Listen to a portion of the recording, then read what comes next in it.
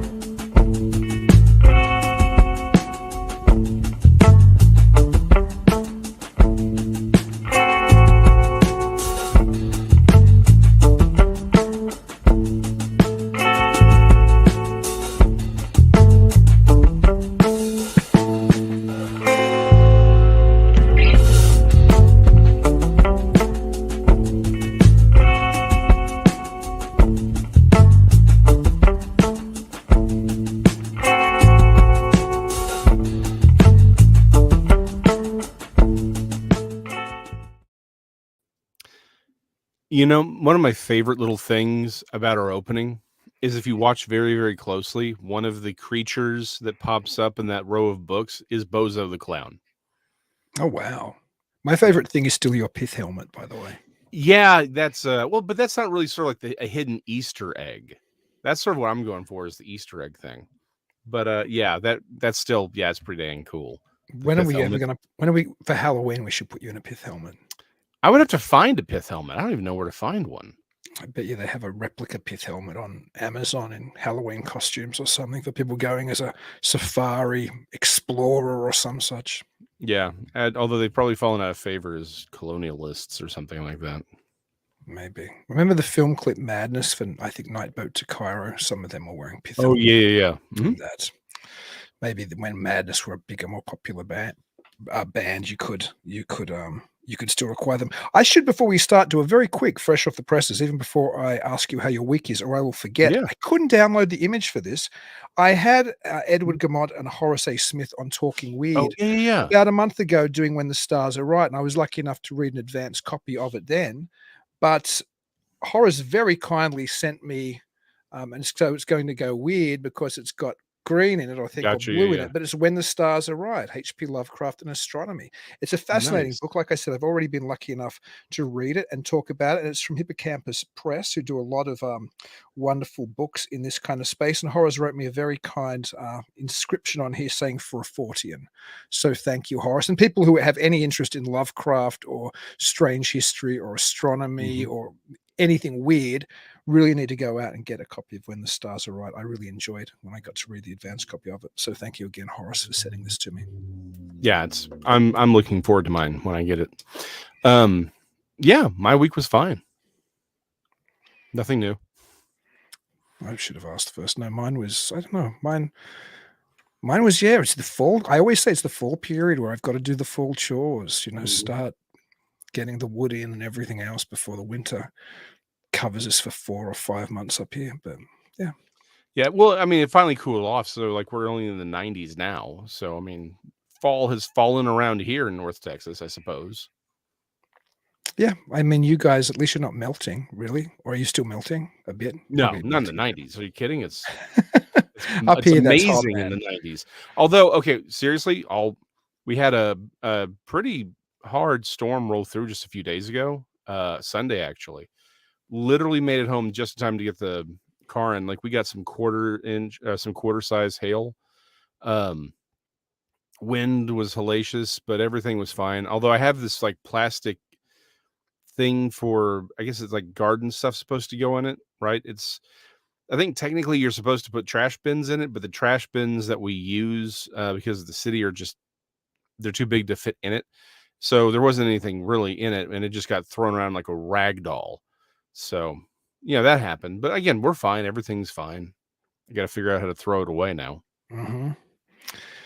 Oh, the joys of, I guess, domestic home life, always having to take care of yards and the like. So I enjoyed this film.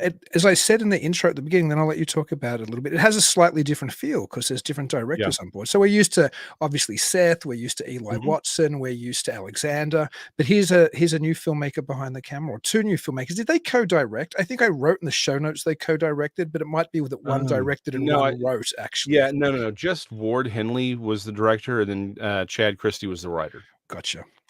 But essentially, you can tell it's a very closely Yeah. knit, collaboration. So it has a different feel because of that. And I know that I know in a way you said it almost. I don't know if I'm telling tales out of school, but it almost made you shift in one direction as far as Bigfoot and interpretation of these kind of things go. Yeah, we'll talk about that in a second. Yeah, I do want to think we focus on the did start aesthetics it. because again, we all love Seth's work, right? Small Town Monsters, we all love all of them, right? I still to this day think that Terror in the Skies is one of the best cryptozoological documentaries ever made. So that having been said, aesthetically speaking, this may be the best small town monster project that's ever come out from an aesthetics perspective exclusively. I mean, it's very, very striking. The storytelling is very tight. The narrative is well done. Visually, I just think this may be one of the strongest ones they've put forward. My opinion. That's all. It You ha- know. it has a pacey feel because I think they shot it in just 4 days, so it captures that real sense Mhm. of you're traveling with these people in a limited amount of time Mhm. on the hunt, I guess, for lack of a better term, for these werewolf encounters or werewolf experiences. So yeah, Yeah. the pace is a little bit different as well, I found, and the telling of it's different because of that. Because Yeah. it's which one's the skeptic of the 2? I should know. I should have their names in front of me. I thought it was Chad.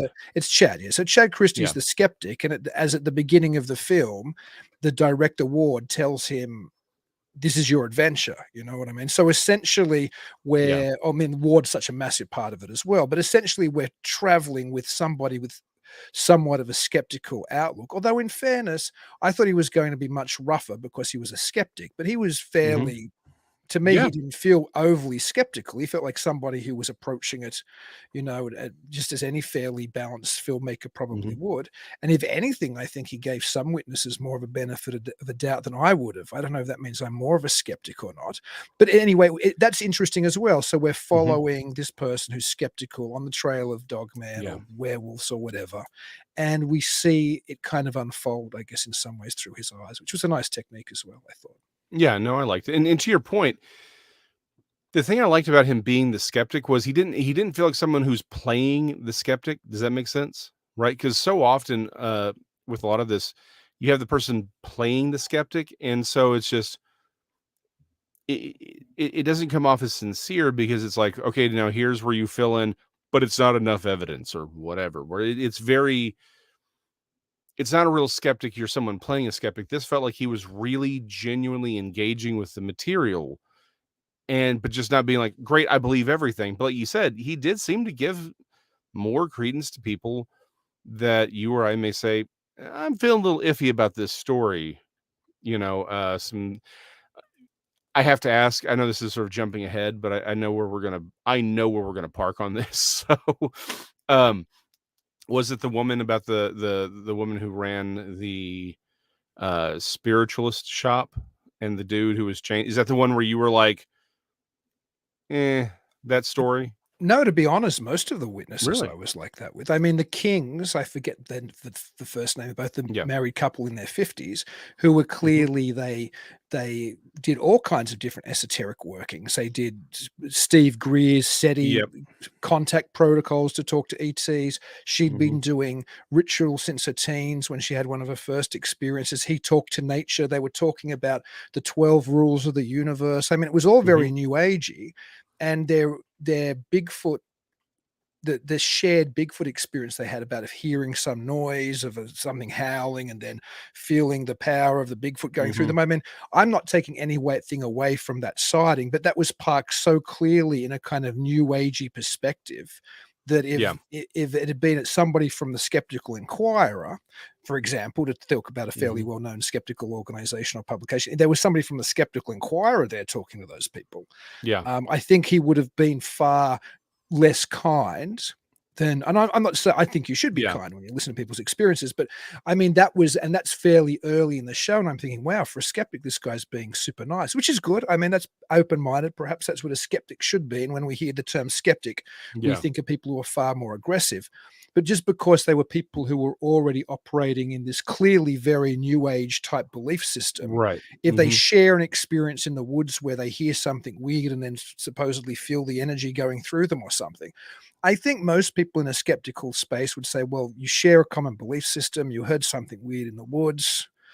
I'm not sure if this is proof of a Bigfoot, out there howling, or whether you just were feeding off each other's belief system in a strange, kind of, experience. Anyway, that's not taking anything away from the film. It's not taking anything away from Chad at all. But it's certainly that's the type of things that surprised me a little bit.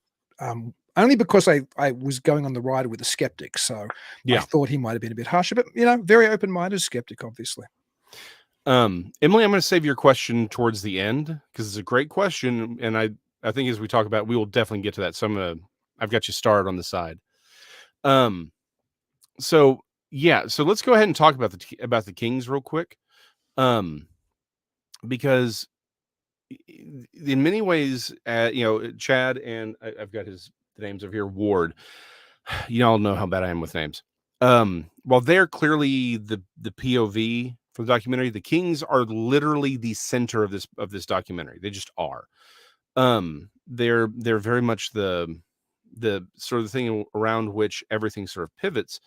So yeah, let's go ahead and start there, because I would argue they're very much the ones who are what I was thinking about, because it's so clear that they paint this entire thing within a spiritual construct, right?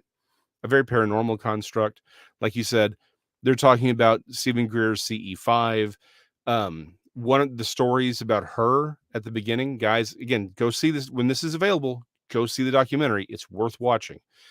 But she talks about this thing where she's inadvertently performing a ritual when she's 16, and she sees these eyes looking at her through the window, like, through the window. It's very, very clear that these people are on the mystical side, which in is, again, in the cultic milieu, as Yeah. sociologists might say. Exactly. So it very much puts everything that they are encountering within, really, by context, in that field. That maybe we need to start looking more at that perspective of something that is, supernatural. And again, they do address the idea that maybe that they are dealing with things like werewolves or hauntings. We talked about on the show, like one of the first few months we were on, we talked about the Beast of Bray Road and I just forgot her name, the late Linda Godfrey, who they mentioned. Linda Godfrey, thank you. Yeah, wonderful woman. In her book, it's very, very clear from the earliest sort of, exploration of this topic and concept that the supernatural plays a very, very intimate role, right?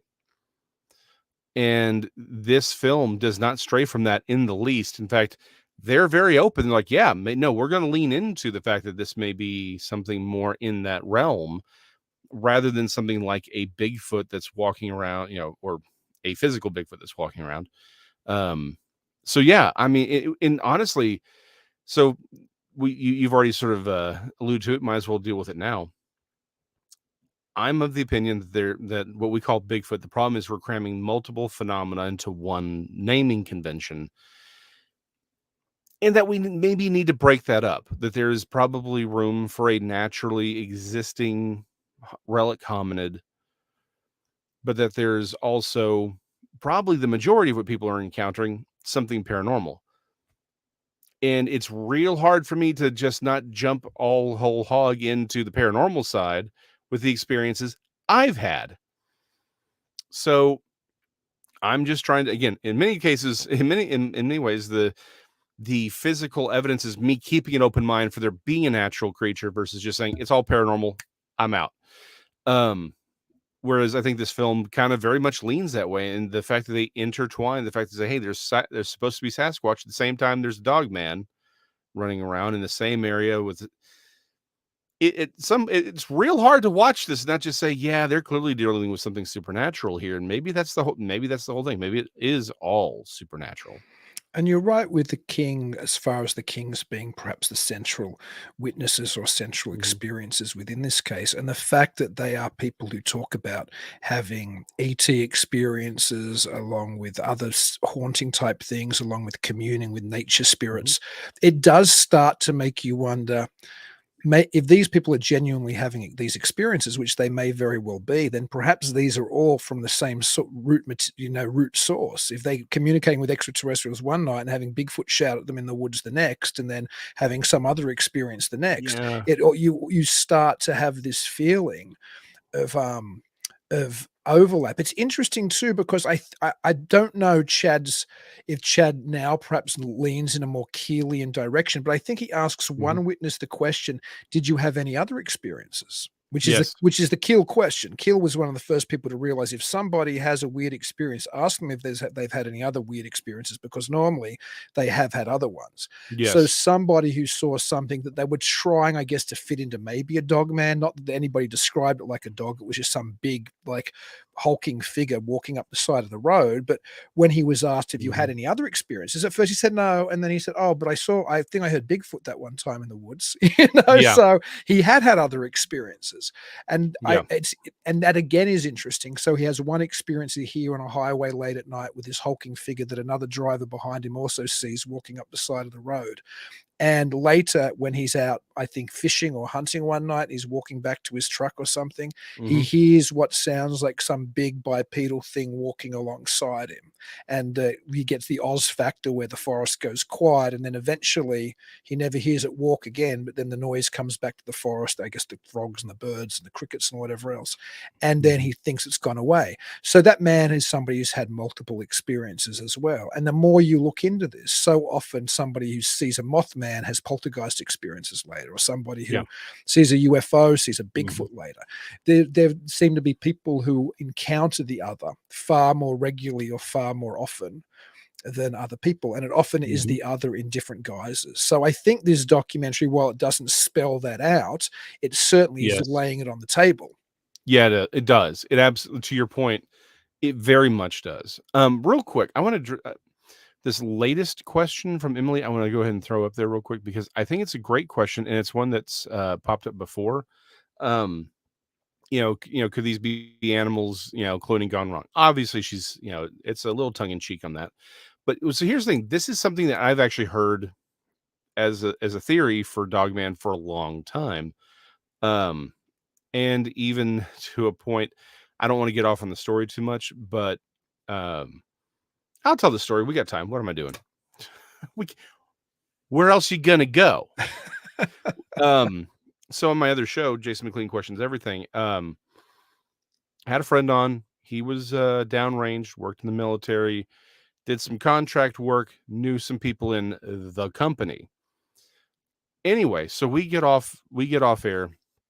We're talking amongst ourselves. Like, there were some things you could say on air, but we're backstage now. Show's over. We're not broadcasting anymore. He starts talking about some encounters that he's had where, long story short, he's like, yeah, I've had people from the company talk about these weaponized things that they were calling dogmen, at least. While he's having the conversation, he disappears from, because again, we're sort of like backstage, so we're still on the computer. Me and Rob, we stay. He has his entire internet shuts down. Both of me and Rob were like, I'm like, well, here, I'll just give him a call. I look, my phone's rebooting. Rob's phone is rebooting. We find out later the friend's phone also rebooted at the same time. Everything rebooted. He immediately lost internet. So I will never say that it may be on some level, some of these things may have some element of that. All I'll say is, in the context of this particular film, that's not really presented.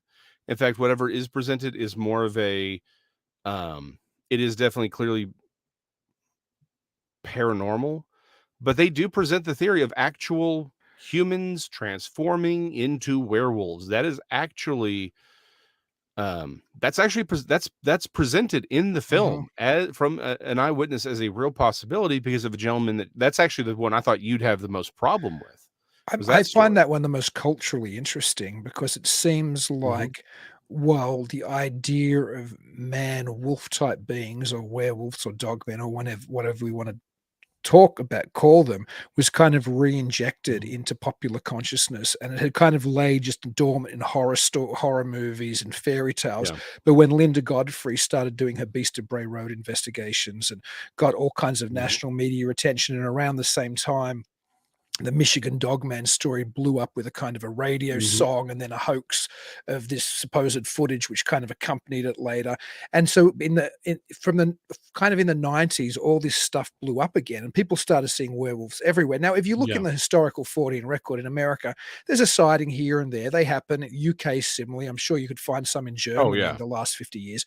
But it didn't become this new cultural phenomenon, which is almost as big as Bigfoot, until pushing out of the 90s after Linda Godfrey's book. But nobody has really seriously, at least that I'm aware of in the Fortean field, started suggesting that these, although they look like werewolves, people always say they look like things out of a Hollywood movie. Yeah.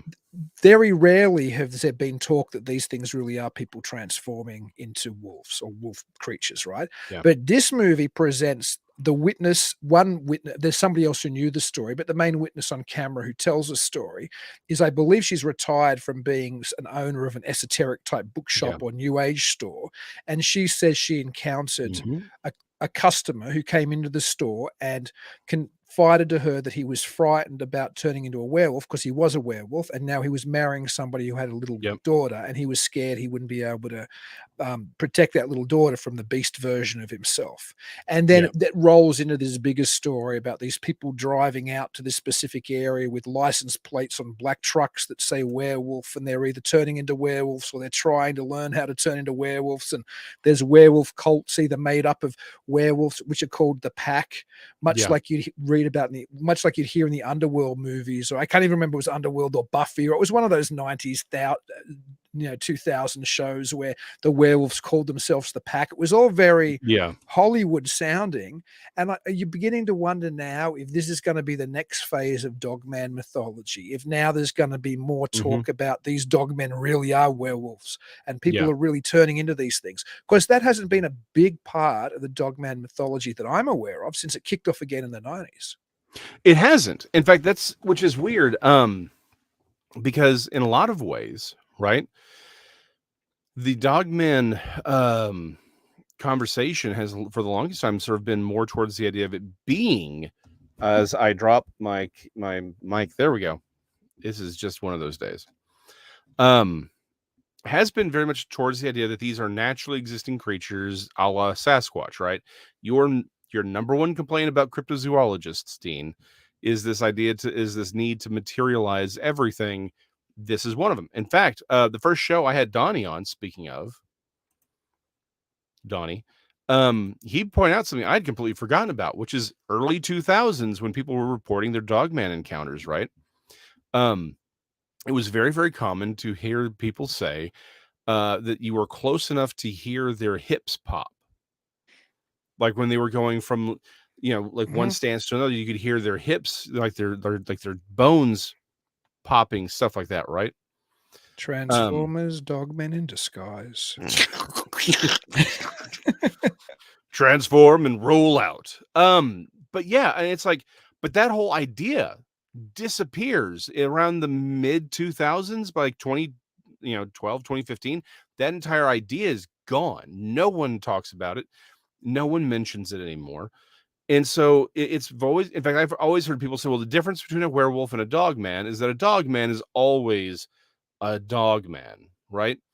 And you're like, well, hold on.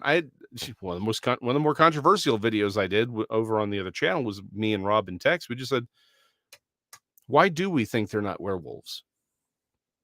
I mean, seriously, like well, I think one of the points in fairness, just to answer that quickly, is that the law didn't have stories of seeing people transform. So historically, the law of werewolves always has, an end where somebody's chased back to their home, the dog's chased back to the home, and it's really the lord of the manor with his hand cut off because somebody cut it off, or somebody's seen transforming, or somebody's captured in the werewolf and witch trials of the 15th century confessing, right? Like most of these stories, including horror movies and folklore, have an element where we discover the person was the werewolf. But all of the Fortean law that we had didn't have that transformative element. Nobody ever said, and then I saw him go into the shadows and he walked out and it wasn't a man anymore, it was a wolf, So we never had that transformative story. So that might be why when we, I suppose, exist in a field which talks about experiences or about, witnesses, impressions of what happened, nobody had told that story. I bet you now, though, if this starts getting interjected into the narrative, if this becomes popular now, I wouldn't mind betting that we'll hear those stories. Oh, no, absolutely. I'm right there with you. So here's the thing. There have been people talking about the actual, saying, no, werewolves are a thing. People do, again, whether it's by cult or whatever, but rather that they do change. And like they literally are physically changing into this wolf canine creature. That there are certain occult practices practiced by certain groups that they do that. So this is a very new, like you said, it's a new thing, but there are people who've talked about this for a long time. Mostly those were people, though, in the more religious space dealing with certain satanic cults. As someone who has grown up with a lot of missionaries, my church was very supportive of missionaries. My wife, her whole family are missionaries. She grew up overseas. I got stories. I got wild stories of stuff from people out in the field where these practices are fairly common. You're like, that's nuts. That's insane.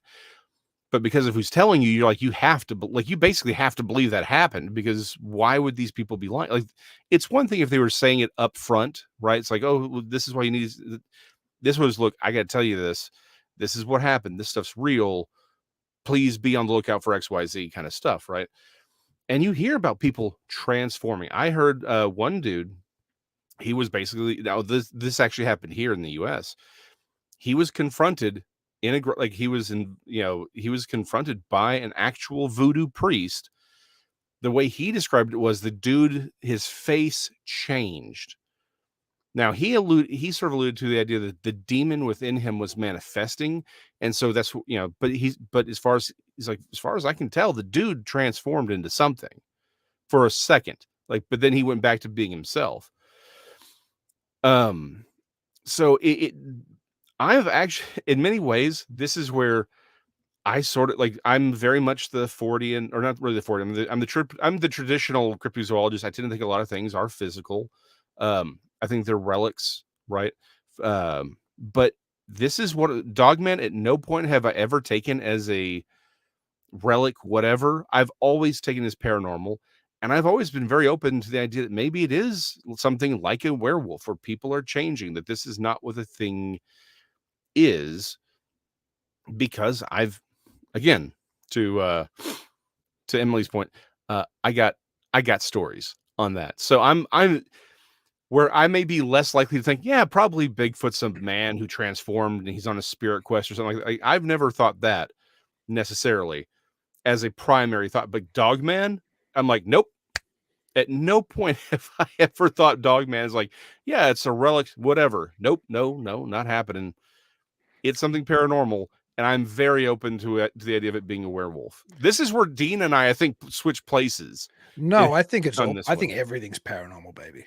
But Well, no. or at least not the physical reality that the cryptozoologists and UFO people and everybody else believe. Anyway, Donnie Cho has a great point. He says, "But if Dogman were indeed a werewolf, and of course Donnie's being funny as Donnie will be, Oh yeah. could there be that Dogman has a day job like a busboy at Denny's? Well, let me tell you a story, Donnie. In this documentary, the werewolf man I mentioned before, who came into the esoteric bookshop or New Age store saying he needed help because he was scared he was going to transform and kill his stepdaughter, he actually worked at Walmart, and the woman from the esoteric bookshop and her friends went into Walmart shortly before he was going to change. And according to the female witness, they said his eyebrows were joining. He was getting more hair on his face. His chin was getting pointy. So you've got to be careful in Walmart. And maybe that means Denny's as well, Donnie, because Lord knows where these things work by day. Well, and again, not just Denny's, definitely Waffle House. Let's be honest. If a Dogman is going to work anywhere, it's going to be at a Waffle House. I'm just saying. But yeah, Walmart's a perfect place to hide. Oh my gosh. I got a People of Walmart story from literally this week. I hate going to Walmart. I avoid it whenever possible, but I just couldn't because of the time. And what I was getting. It's a family show, so I won't say what I saw. But I was shocked this person went out in public at her age wearing what she did. I think I've seen her. I think she must travel the She probably does. country. Donnie had was it Donnie? I saw another. Oh no, it was Ken Rock had a great comment here as well. He said, "I watched a woman's face turn into a serpent and change back." I think I dated her once, Ken.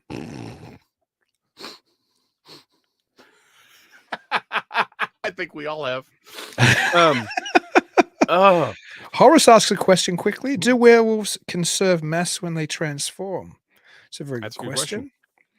I don't think that they actually may have mass at all. Or maybe from the other realm, they get mass when they come into this reality for a little while before they leave again. But as far as if they are transforming from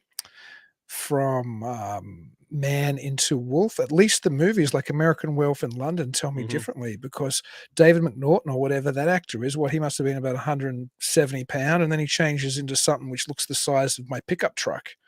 So there's no conservation of mass, I don't think, there. At least in Hollywood.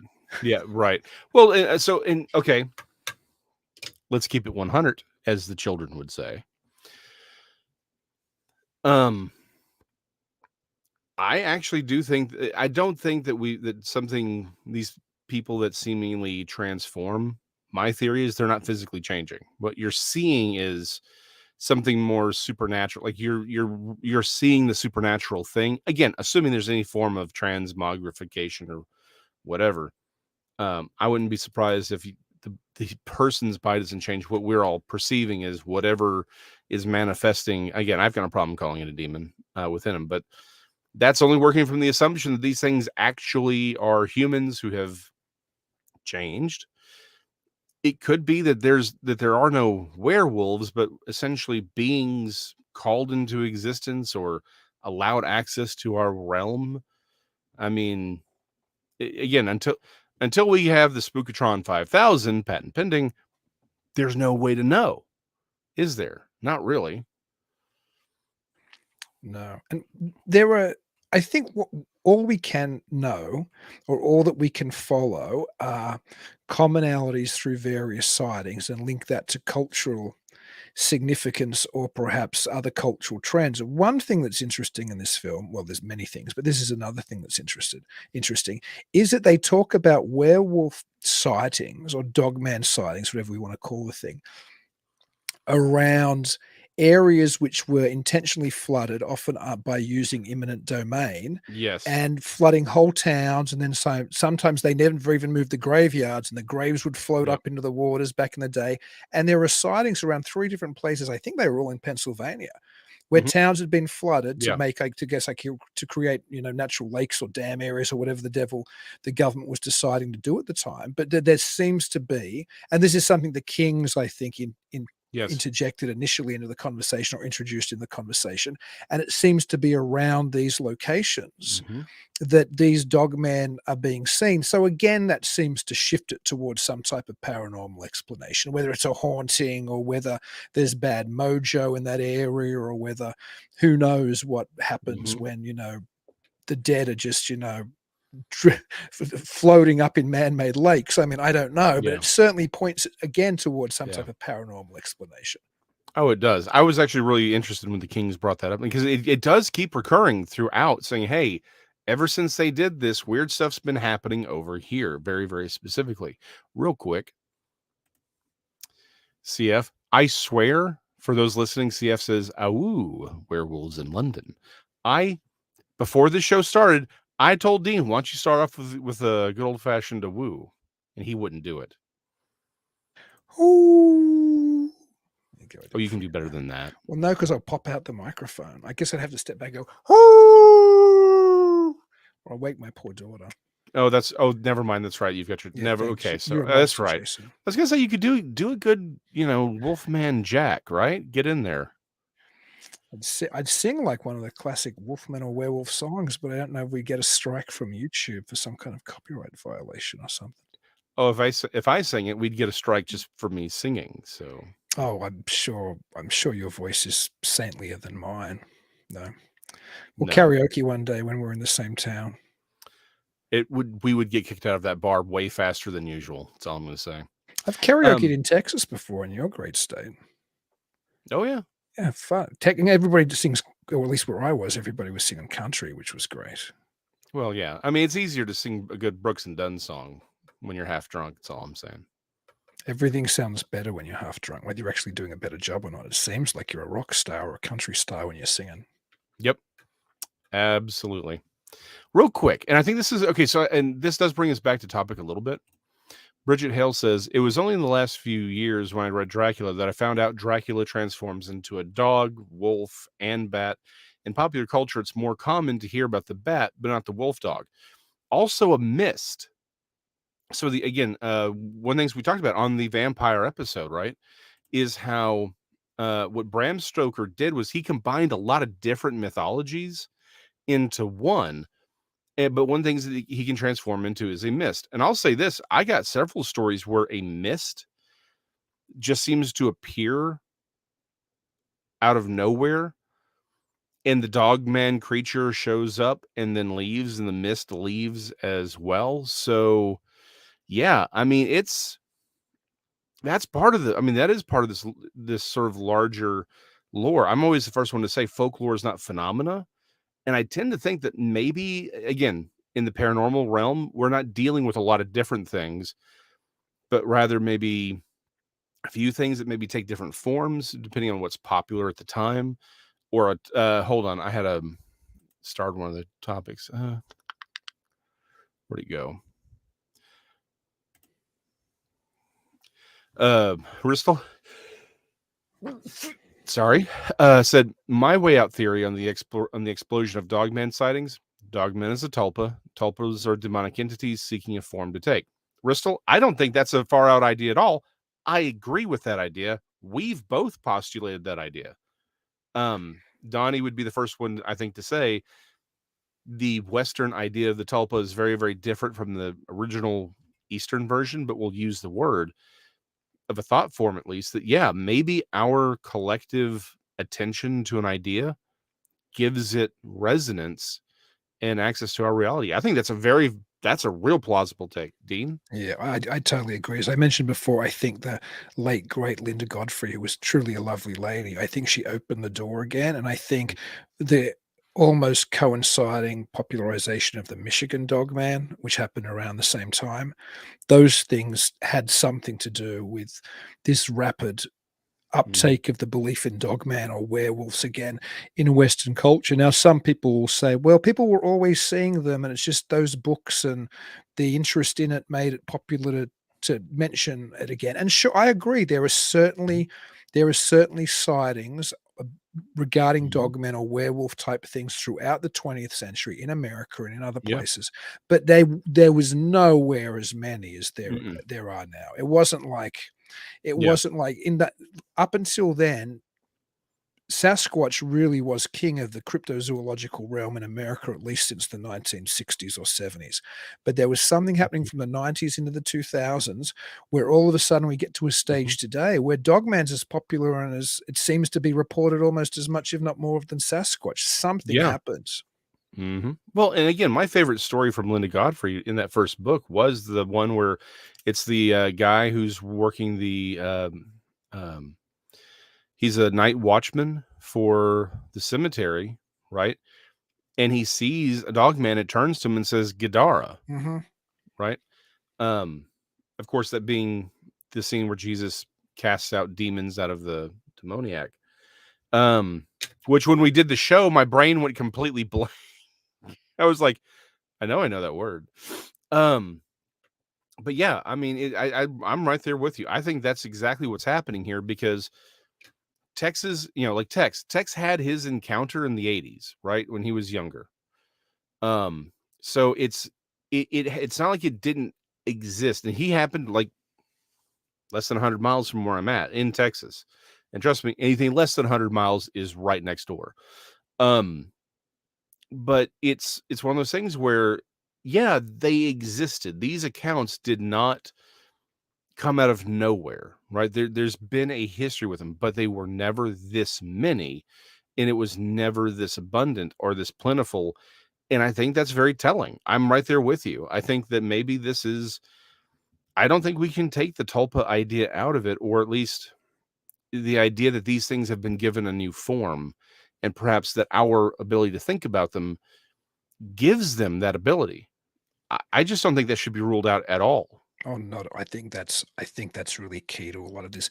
Emily Menshouse's excellent suggestion before about cloning, well, Mhm, I don't think that's the cause of this. It is worth noting that by Linda Godfrey's last book, which was mhm, I Know What I Saw. It's a fantastic book, really worth reading. It has everything from Dogman through UFO sightings in there. mhm, But in there are a number of accounts of things which the witness seems to think had something to do with cloning, including weird dogs, including weird people, including, I think, weird dog man. So it had been, the cloning idea had certainly even been hit on by Linda before she mhm, passed.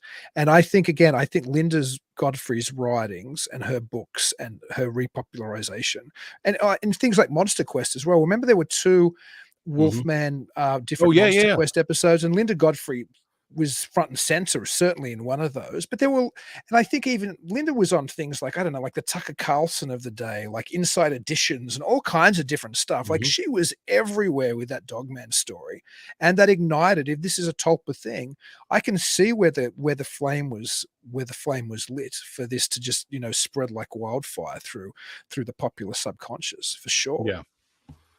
No, I think that's absolutely true. I think we need to. In fact, to Horace's point, hold on. To Horace's point, there may we may be even able to run some sort of experiment. I don't know if we could by claiming it's an experiment, does that de facto change the experiment? But he says, might we in the future then, the idea that maybe these are tulpas, have a plague of mountain lion men or bear men, dog men may just be flavor of the day. To Horace's point, I've got stories where it's like, okay, I don't know what to do with this. Like, this Well, is there's weird. Bearzilla in Kentucky, isn't there? Which is like a bear werewolf creature. But you know what I think? Mhm, I this is something which I remember when I was doing my UFO work academically, when I spoke to different abductees, and you'd hear different stories, some of the stories, ironically, there was one which was almost cloney. There was some abductee remembered seeing a person's head on the body of a dog, which sounds like something out of Mars Attacks. I can't remember if my work and that research was a little bit before that movie. It may very well have been. But my point is, you hear, when you talk to people who are experiencers, you hear all kinds of weird stories. But I think some culturally resonate and then get picked up by other people. And I think some just kind of, don't ring true enough to hold the psyche, or they're not archetypally strong enough to hold the psyche, so they don't capture the collective unconscious. Clearly, wolfmen have been such a part of the Western cultural tradition for so long, and a lot of that you can see where it comes from. A lot of that comes from, there were times where wolves posed a genuine existential threat to small villages and communities, and they decimated people sometimes. Like nowadays, you think about, there aren't very many wolf attacks. There still are some, by the way, but not like there used to be when there were little villages in the middle of nowhere and it was a famine and the wolves got hungry and you walked home and you never got home. I mean, that stuff is at the heart of a lot of early werewolf lore. And so there's some, and even expressions we have, like the wolf's at the door, means, that you're kind of in danger normally of predators or some other problem. But the fear of the wolf at the door is a very real one. It resonates through fairy tales like the Big Bad Wolf and Little Red Riding Hood and the Three Little Pigs. And again, this idea of a wolf menacing us is consistent. So to Horace's point, I don't know if a bear storyline might catch on very well in some Native American area where there'd been a genuine tradition of there being a bear figure. But I think the wolf tradition has been such a part of general, the wolf being a threat, the wolf being maybe transformative from a man into a werewolf or whatever the reason. It's so strong. It just took a little bit of a fiddle by, Linda Godfrey and other people pushing out the story again, that those old fears, came back to the forefront. I don't think there's a history quite like that of the fear of wild cats, for example, or even bears. Man, bear, pig. It's not quite, it doesn't have the same resonance. I mean, we don't have expressions like the bear at the door. We don't have fairy tales about people transforming into bears in a bad way. There are stories about people transforming into bears. Not but it's the not same hideous. way. They're not coming to eat grandma. Do you know what I mean? Like they're different kind of stories. So there is something about this which pushes buttons in a deep, whether it's a collective memory or whether it's just an archetypal set that we're used to, or whether it's just because we all read these stories when we were kids, so it comes back real hard and strong. And I think that's the same across the board in the paranormal. I think some things tick boxes which get people very excited and engaged, and other things somebody could tell a story about and it never catches on. Well, and I think also we can't rule out the fact that, Wolfman in the movies, right? I mean, I'm sorry. Movies are just one of those things that have really had way more effect on us psychologically than I think people realize. I'm going to answer. We sort of, broke that glass a while ago. I want to answer some. I think we've got several great questions by Emily that I want to throw up here real quick. I'm going to start with this one. Then I'm going to work backwards. She said, "Is Dogman the same as Devil Dog?" So here's the thing. I don't think we should separate necessarily Dogman from Hellhound, the Hellhound lore. The Beast of Gévaudan may as well be, a version of a Hellhound for all intents and purposes, even though we've got plenty of accounts of that thing being a real creature that murdered people. I don't think we should ever take these large hound or wolf things out of the Dogman milieu. I think maybe we should. I think maybe it's just that it takes different forms. Again, the tulpa idea. It's related to that idea of the fear of the wild dog or the fear of the wolf. So it might manifest slightly differently, but I think you're right. I think, Jason, that we can kind of package some of those together. And if you look at some of the ones in, medieval era of devil dogs bursting into churches and things erupting in flames, and it sounds as paranormal as anything we're talking about when it comes to werewolves. And there are other stories about devil dog type things slaughtering, paddocks full of, lambs and and it reads much like werewolf stories of the day as well. So I think it fits in. It might just have been a regional thing, but it's feeding into the same type of evil hound from hell, werewolf, devil dog lore. So, which ties into Emily's point here about do we think werewolves are demonic? Well, yeah. I mean, I'll just say that again, whether they're changing into something or not, yes, I think that's what we're dealing with. I don't think we can avoid that at this point. Like I said, I don't think we should separate the hellhound from this dogman phenomenon. It may just be that it takes a form, or is taking a form that is more acceptable to the eyewitness. That may be what's going on. So again, I don't, to Donnie's great point here, if tulpas were really a thing, where'd he go? Where'd it go? It's a great, here it is. He said if tulpas worked, then there would be psychical manifestations of BTS. That's a K-pop group.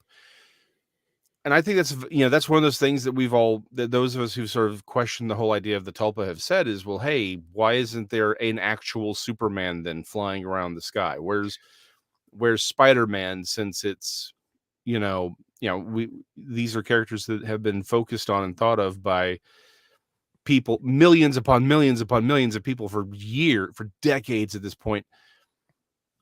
But why is it we get a Slender Man, but we don't get this? So well, don't forget, as we've done on this show before, there are tulpas of the Shadow. There are tulpas of Constantine. Like I think Constantine, tomato. I think the point is maybe those ones are sometimes more personal, because those stories about the Shadow and those stories about Constantine are related to the creators, whether it's appearing in the creator of the Shadow's house or whether it's appearing to Alan Moore. They're quite centric. I think, to answer Donnie's question, another way might be that Spider-Man's never been presented as being actually really living in New York City or wherever, but our culture has again and again presented the reality of wolf man like hybrids, or men who change into wolves, or devil dogs. That's been a constant in our culture going back to ancient Rome, going back probably even before, right? The idea of this half man, half beast has been consistent in our culture, and it's often been presented as real. Spider-Man's a relatively modern thing. Nobody really expects to see Spider-Man. But if you exist in a culture with thousands of years of tradition that these things once were and might still be, then it doesn't take much to click that, to click that switch, and all of a sudden people are seeing it. I would think that Mothman, at least the way he was described initially, by using the term Mothman, who was a villain in a Batman comic book, and it ticked that idea of, it ticked the idea of the way Batman's called Batman, and the idea of a werewolf as well, or a half man, half other creature. Mothman was in a way perhaps preying on the popular consciousness of the idea of a flying, hybrid creature, which in a way might have something to do with the popularity of comic books. But it also was preying on older ideas of gargoyles and weird demons in the sky. So it became something which I think also was able to, whether manifest for people really or not, it certainly took off in the popular consciousness, because again, it rings back through the eras. Spider-Man's just Peter Parker, this kid who supposedly gets bitten by, I mean, nobody takes any of that like this is something which has meant something to our culture for thousands of years, and there's been reports since time immemorial. Like nobody's going to actually probably manifest something which is totally presented as fiction into if it is tulpas. And I think I think if all we had of werewolves, if there'd been no backstory, and all we ever had of them was, Wolf by Night, or some werewolf comic book, or a couple of werewolf films, then you would say, well, we never had them before, and how do we get werewolves and not Spider-Man? But it's different. They're not the same. They're Right. not on the same level of imaginary being or imaginal being. They're very different cultural, archetypal type of positioning on that ladder. No, completely agree. I tend to think that that's part of it too. Like you said, no one's really expecting to see, because again, the Shadow we talked about, Constantine, these were surrounded, like you said, they were surrounded by the authors themselves. And even the Shadow, it's in the house. It isn't just out there. The Shadow figure wasn't wandering around solving crimes in New York, whereas these things seem to be everywhere. So I'm right there with you on that, but I do think maybe there is the possibility that we open doors for other beings to walk through, and perhaps to your point, maybe there does need to be the belief in them, or maybe, again, I think you've presented this theory several times. I think it's probably maybe a lot more true. We see them the way we want to see them, or they think we will accept what's being seen. So it's not so much as they're a tulpa. Rather, they're taking a form to tell us what they are, maybe, right? I think Tulpa is just a good kind of, I don't know, a good model in the fact that somehow it's something bleeding off of what we're putting out into, the cosmos. But I don't necessarily mean it's just us, as most people do. It's us generating these from thought. But you're right. Whatever is out there either seems to be co-creational in the fact that it is feeding off us, or it's presenting itself to us the way we expect it, or we are just projecting it out there, or all of this is just psychological and sociological, and there's no reality further than ourselves anyway. And we just see a dark figure at night, and something clicks in, and we remember a werewolf movie we saw on a fairy tale we were told when we were going to bed as a kid, and then that's what we see in the shadows. I wouldn't put my money entirely on any of those bets, but I think without having any evidence to prove it at all, nobody has any evidence in this field, I do think there is something external to us in some capacity, and I do think for whatever reason that tends to present itself in ways that we're not totally startled by. I mean, we're startled because it's scary. It's a werewolf, but it's not. There was this shape which had. It's not like you're reading a Lovecraft novel. It was an undescribable shape, which, twisted my sanity into oblivion because I couldn't handle the weird angles. It's always wrapped within. It looked like something out of A Werewolf in London. It looked like something out of the Howling movie. It looked like a little gray man that I've seen in, 100 different UFO movies and read about in 100 different UFO books. It seems to so often be able to be explained in a cultural term that we all instantly know what you mean. I saw a werewolf. Oh, I know what you mean. I saw a man, half wolf. Oh, I know what you mean. Nobody ever says, I saw something I can't describe. But, it just isn't outside of a Lovecraft book. Fiction, no, that's a great never point. actually happens. If there were all these weird non-human things, you would presume sometimes people would just be gobsmacked in an inability to describe them, but they never are. They can always describe them in a way that fits popular cultural tropes almost every time. Real quick, Ed Schultz, I think, is the question we need to end on. And he's really, let's be honest, if we're going to get the real question, it's going to come from Ed. Good point. Would Disney's Shaggy Dog be considered a were-dog? I think that's a fair question. I would have to agree with Jason. Yeah. Ed, I think you're asking the real questions here. Yes, the Shaggy Dog would be considered a were-dog. Because here's the thing, the whole moon, full moon thing, that is all largely modern creation. So yeah, I think he's clearly a were-dog. And you know what we are? Were librarians every Tuesday. That's when we transform into the mysterious librarians. So on that great show, we were in a bit of a mood. All I'm saying is when this comes out, go watch it. It is well worth watching. Again, it's a good film. As far as I'm concerned, this is probably aesthetically speaking, one of the best ones they've done, but it's a really, really good. Go watch this Small Town Monsters. It's going to be great when it comes out. Couldn't recommend it enough. Dean, any parting thoughts from you? Well, I don't think it's a full moon tonight, though, so you don't have to worry. If you're following the modern werewolf things, if you're not, you have to worry. Lock your doors. You should worry all the time. Yeah. All the time. On that note, we'll see you behind the card catalog, everyone. Good night.